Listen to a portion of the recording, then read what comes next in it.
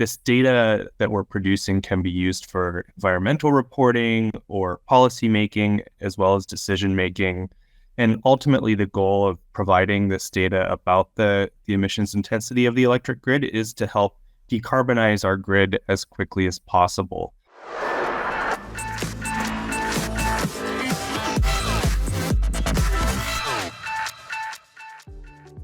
Welcome to the Carbonsations podcast, where we speak to some of the leading figures in the emerging carbon industry. Today we have two guests representing Singularity Energy, which is a data and software solutions provider for grid decarbonization. I'm happy to welcome Research and Policy Lead Greg Miller and Senior Data Scientist Gailin Pease. Guys, thanks for being here today. I'm excited to learn more about Singularity Energy and your latest product called CarbonFlow. However, if you're familiar with the format, you'll know that we traditionally like to get to know our guests a bit better before diving headfirst into the business side of things. So Gailin, if you don't mind, I'd like to start with you. What's your background? What did you used to do before getting involved in decarbonization? And how did you join Singularity? Yeah, thanks for having us. I'm Gailin. I am a data scientist at Singularity, and I've been here for about 2 years. Before I was at Singularity, I actually was a geologist for a little bit. I did a master's degree using statistical methods to estimate the composition of Earth's continents. And through that process, I kind of started to learn about some of the geoscience side of climate change, and coming out of that degree, really wanted to do something more applied and found Singularity. And even though it's in a different domain, I think it's really has the potential to have an impact on some of the climate change processes that I learned about when I was a geologist. Lovely. Thank you. Greg, I'll hand the word over to you. Please tell us a bit more about how you ended up in this industry. Yeah, thanks for having us. Excited to chat with you today. So I actually started my career in this space working in kind of a university sustainability office, where I was responsible for doing things like carbon accounting and assisting with some of our clean energy buying, among other things like, our water use, sustainability, bicycle infrastructure, and a whole range of things. But as I was working there, a lot of questions came up in my mind about how to better characterize the emissions footprint of the activities that we were doing. So I ended up going to grad school and pursuing a PhD at UC Davis in energy systems, where my research really focused on questions around how to improve carbon accounting and clean energy procurement. And actually, one of my dissertation chapters, I used data from Singularity Energy kind of early in the company's history, and met the team through that. And then after I graduated, was able to join the team directly and have been here for about 1.5 years now. Excellent. Thank you both. Now, moving on to Singularity Energy, I was wondering if you could tell me more about what the company does exactly. Sure. So we are a software company that provides data and insights into the emissions intensity of the power grid and the electricity that we all consume. So the type of question that we generally help answer is, how clean or dirty is the electricity that I'm consuming in a specific place and at a specific time? A lot of electricity, of course, is generated from a lot of different sources, some from emitting, coal and natural gas, some coming from clean energy, like solar, wind, nuclear, hydro. And we help characterize those different emission sources. Back in my greenhouse gas accounting days at the university, the way that we characterize these emissions are what's called Scope 2 emissions. So these are emissions from the electricity that we consume. And there's other types of emissions like Scope 1, which are like directly emitted from sources like, driving vehicles or things like that. But anyway, this data that we're producing can be used for environmental reporting or policy making, as well as decision making. And ultimately, the goal of providing this data about the emissions intensity of the electric grid is to help decarbonize our grid as quickly as possible. So we kind of started out as a company taking publicly available data about the electricity grid and translating it in terms of emissions. But increasingly, we're starting to work directly with grid operators and electric utilities to help them take their internal operational data and translate it in terms of emissions, which can be used both by the utility or grid operator themselves to help them understand the carbon intensity of the system they're operating and decarbonize it, but also can be used by their customers and stakeholders to help them understand the emissions of the electricity that they buy or consume from that utility. So, as we all know, the electric grid is transforming rapidly right now. There's a lot of increasing new loads with data centers and other things like that, electric vehicles. There's also a lot of new sources of electricity coming online, like wind and solar.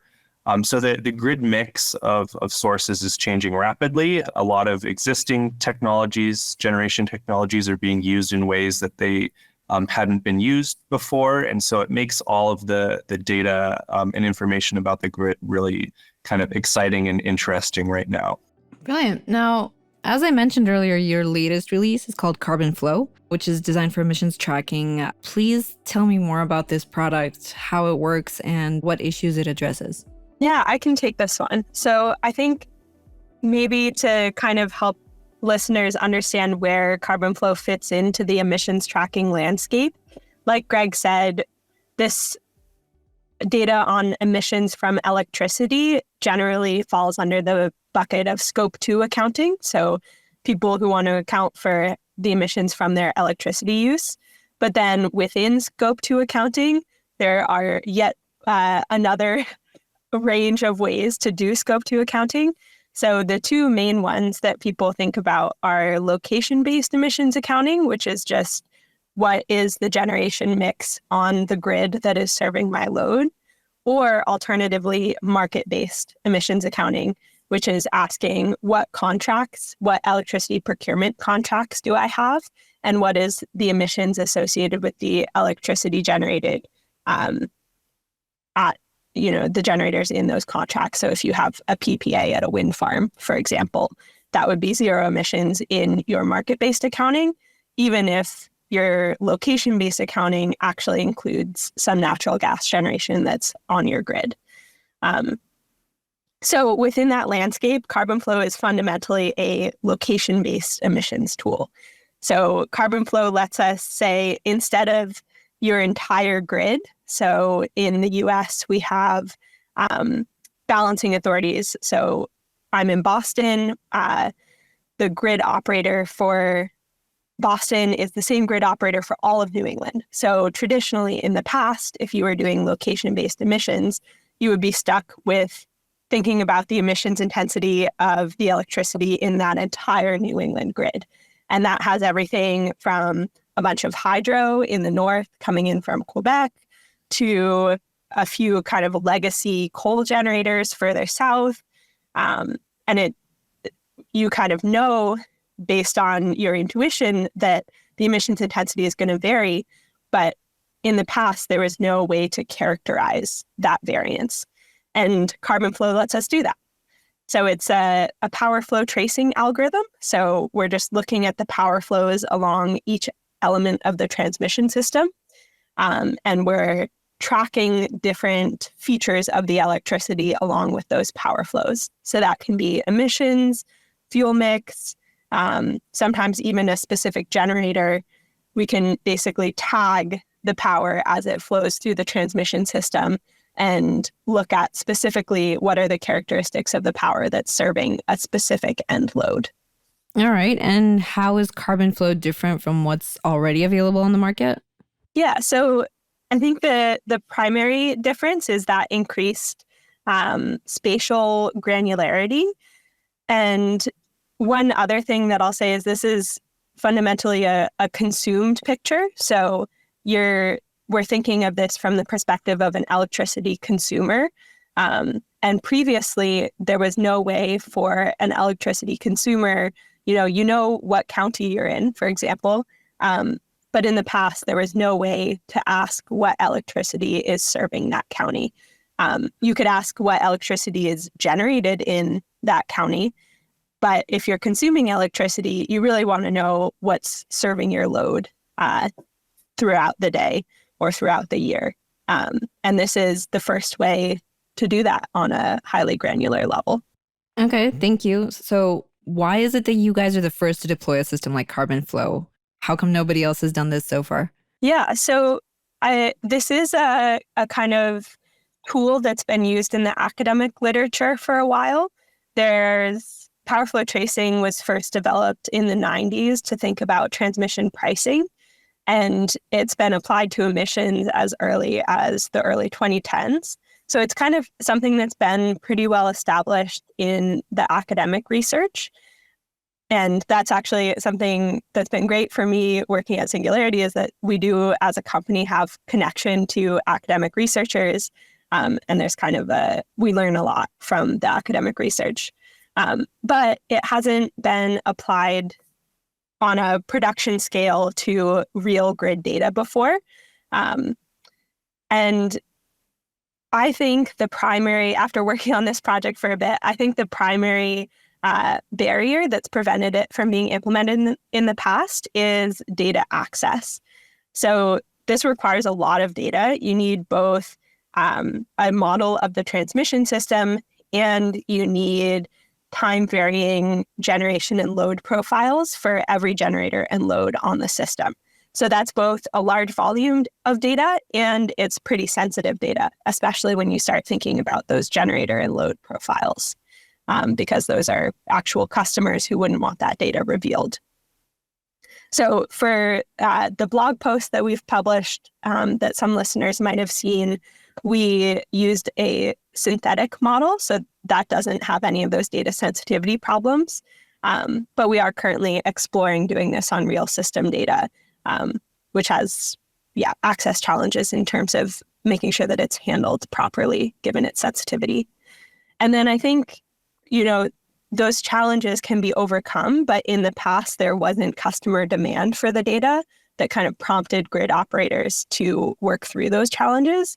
But we are seeing in the last few years increasing interest just from volunteer people who want to know what their emissions are and reduce those emissions, and also increasing legislative requirements that are forcing utilities or individual customers to decarbonize. So there's increasing kind of pressure on grid operators to produce data like this. All right, fantastic. So please tell me also more about the applications of CarbonFlow. Yeah, so, as Gailin said, this is kind of relatively new data to be put out in the wild, so to speak, outside of the academic context. And so part of this process for us as well, part of this journey is, identifying all of these use cases.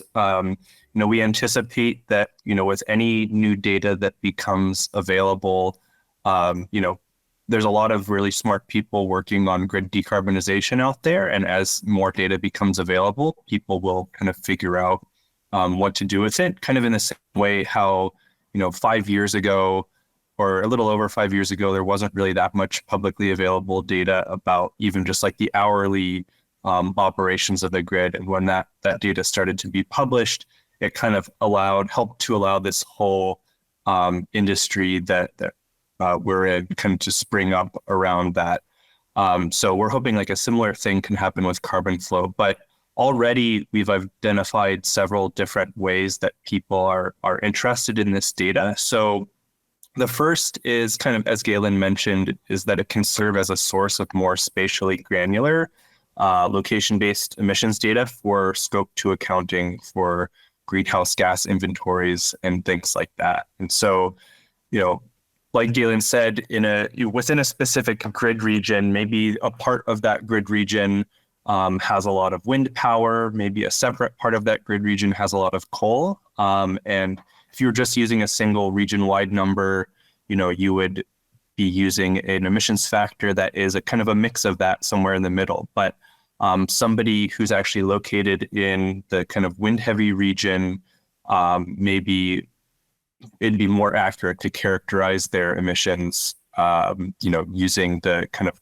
wind-based number. So it allows us to have more spatial granularity into those carbon accounting numbers.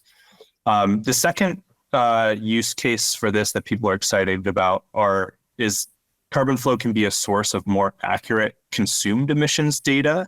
So Gailin mentioned that this is a type of consumed emissions data, and today, the way that is published or made available is that there's kind of these regional level consumed emissions numbers. So these are numbers that account for not only the generation that's happening within a region, but also looking at the imports and exports of electricity into that region. And so,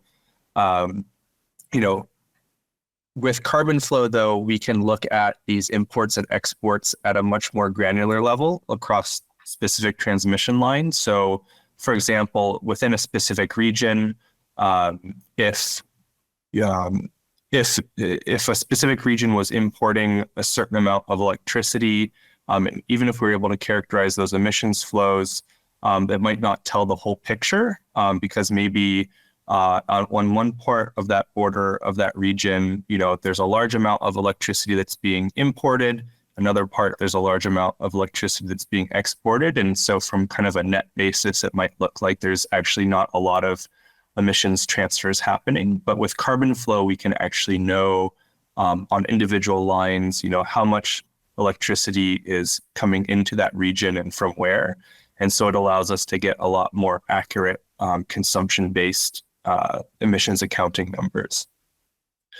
The third kind of use case that we've identified is related to that, but it's as a source of consumed emissions data for regions that it hasn't been available before. So, right now the data that's publicly available is kind of limited at the borders of existing grid regions, which is why, or because that's the kind of data resolution that this data is available. But these grid regions don't always line up with borders that are relevant for specific use cases. So a grid region might cover only part of a single state, or it might cover, an entire region of the US.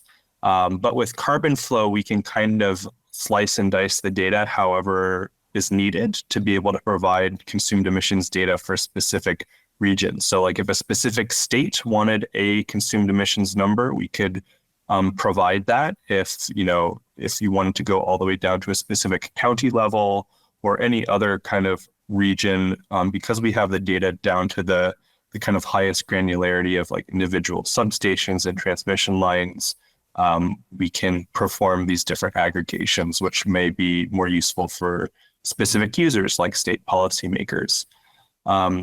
And the final kind of use case that we've heard so far that people are interested in is CarbonFlow can be used as a source of data about emissions transfers between regions.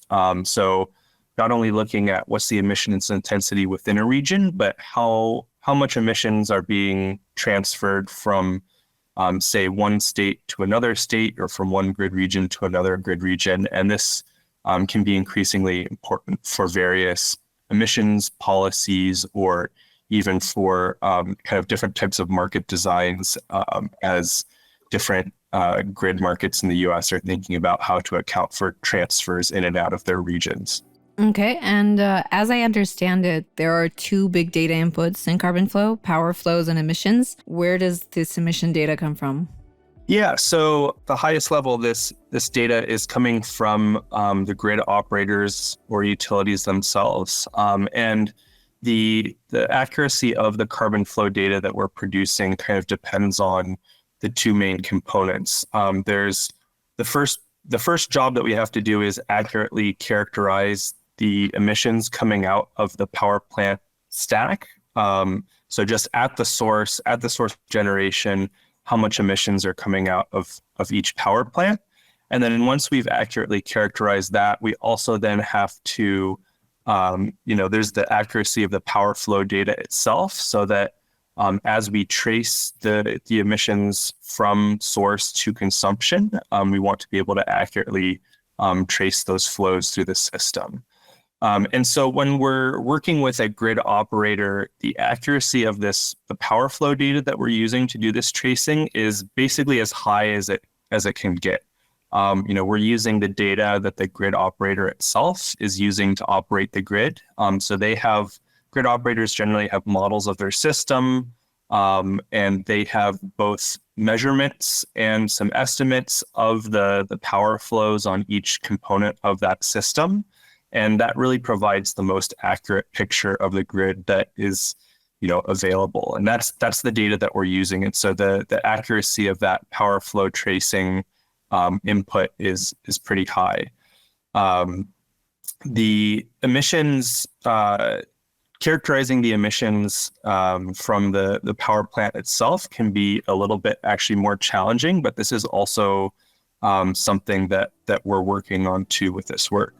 Okay, and another thing I also wanted to ask with regard to data collection, what are the challenges of estimating plant or generator level emissions in near real time? Yeah, so generally grid operators, they have a lot of data about their system that they're operating, but generally it's not data about the emissions of their system. So they'll know very specific information about the output, the kind of megawatt output of each generator, but not the emissions out of that. And so the challenge is translating those megawatt hours into emissions. And that emissions data is generally not available in real time. There are some power plants in the US that have installed what's called a continuous emissions monitoring system, which is actually a device that's measuring the concentration of various pollutants coming out of the power plant stack. But that data is generally not available in real time. It's available kind of historically and is actually an important input to a lot of the models and data that we use to estimate these emissions. But the traditional approach for estimating emissions are using kind of static emissions factors. And so, if you look at a specific power plant last year, you have data about the total emissions that came out of the stack. You have information about the generation, and so you can calculate an emissions factor, which basically tells you per megawatt hour of generation at this power plant how much emissions came out of the stack. And this approach has been used widely and is really quite accurate when you're using it to characterize emissions on kind of an annual basis, but it has some limitations when you start moving into trying to calculate emissions on an hour-by-hour basis for specific power plants. And that's for a couple of reasons. The first reason is that over time, the kind of efficiency of a power plant can change, and that's called the power plant's heat rate. That basically describes how much fuel the generator has to burn per megawatt hour generated. And so that heat rate can vary over time for many different reasons. A power plant may be more efficient when it's operated at a specific output level than at others. The ambient temperature around the power plant can affect its efficiency. And that number can vary quite a bit for a specific power plant. And so the static emissions factors that have been traditionally used kind of assume a constant efficiency rate or heat rate for that power plant.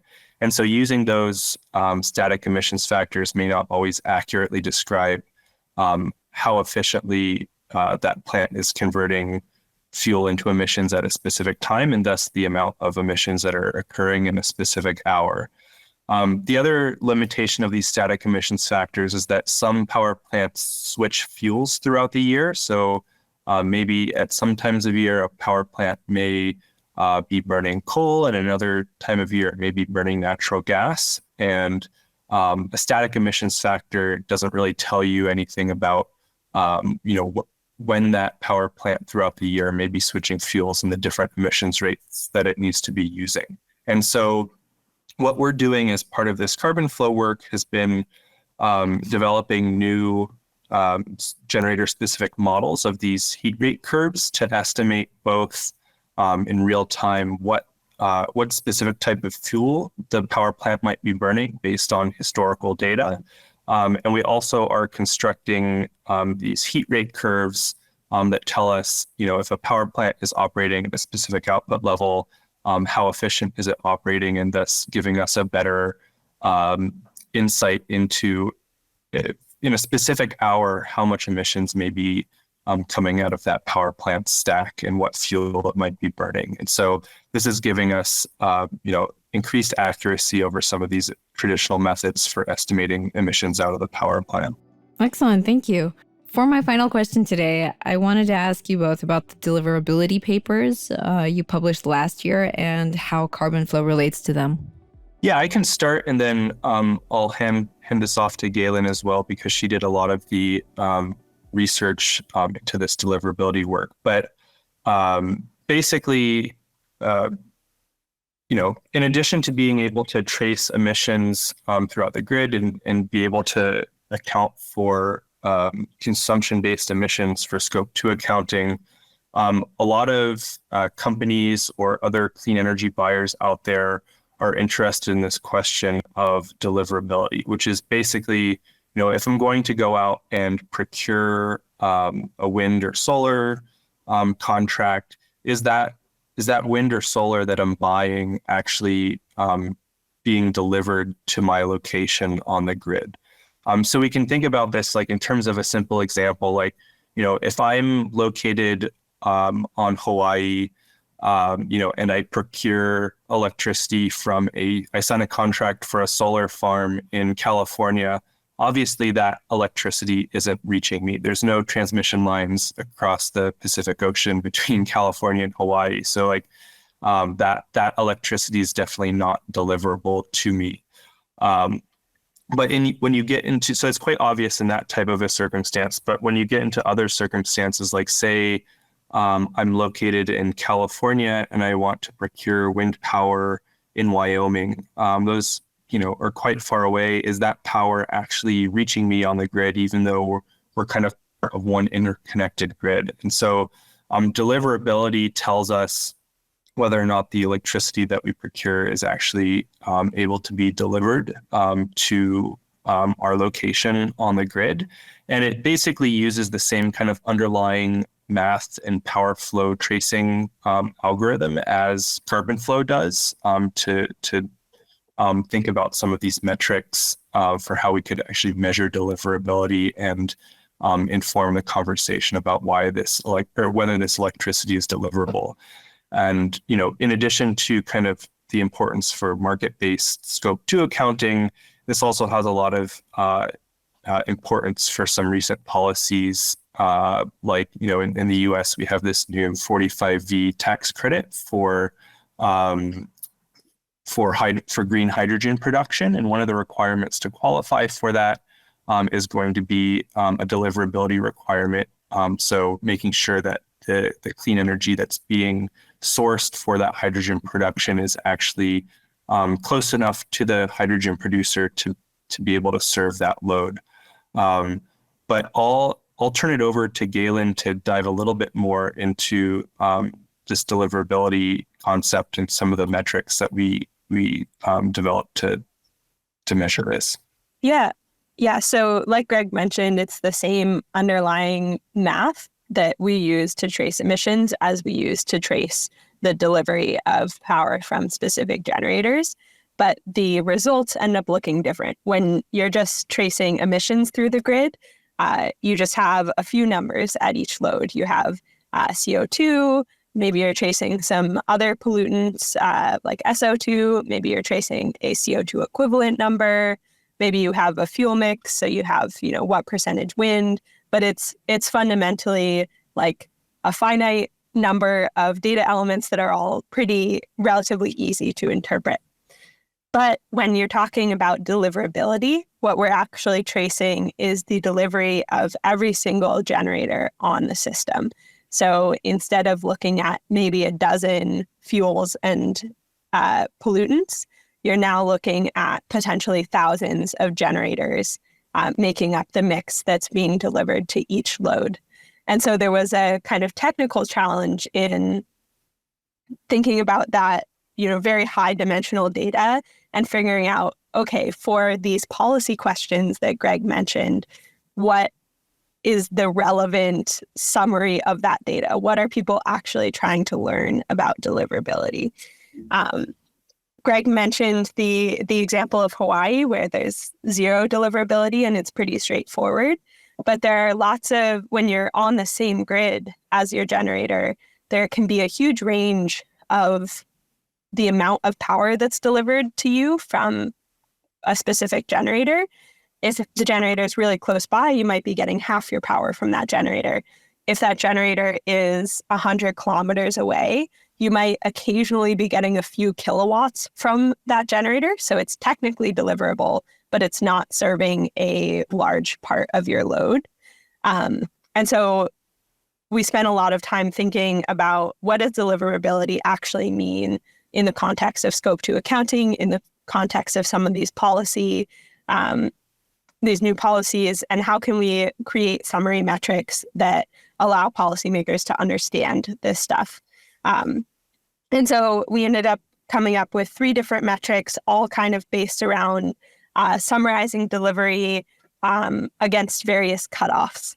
So one of our metrics, for example, asks what percentage of generators deliver at least 1 kilowatt over the course of some period of time. So that's a very low cutoff, but it basically tells you, am I kind of operating on the same grid functionally as this generator that I've procured power from? And then we have some stricter metrics as well that can tell you which generators are actually serving most of your load. And then we also did some work just trying to summarize deliverability in more intuitive ways. So we looked at what is the distance from a generator where most of the power is delivered. So like, what's the kind of spatial radius where if you go outside of that circle, most of the generator's power has already been delivered. And we found that in general, that's pretty short. It depends a lot on where you are, but it can be between like 50 and 100 kilometers. So if you think about it, we have these big grids that span continents, but actually most power is still delivered relatively close to where it's generated.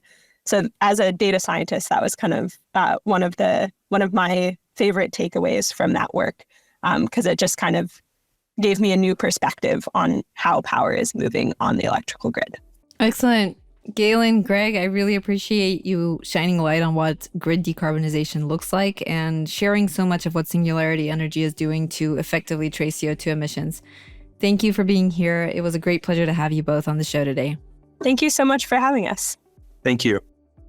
If you enjoyed this episode of the Carbonsations podcast and would like to hear more conversations like this, please be sure to subscribe. We really appreciate the support.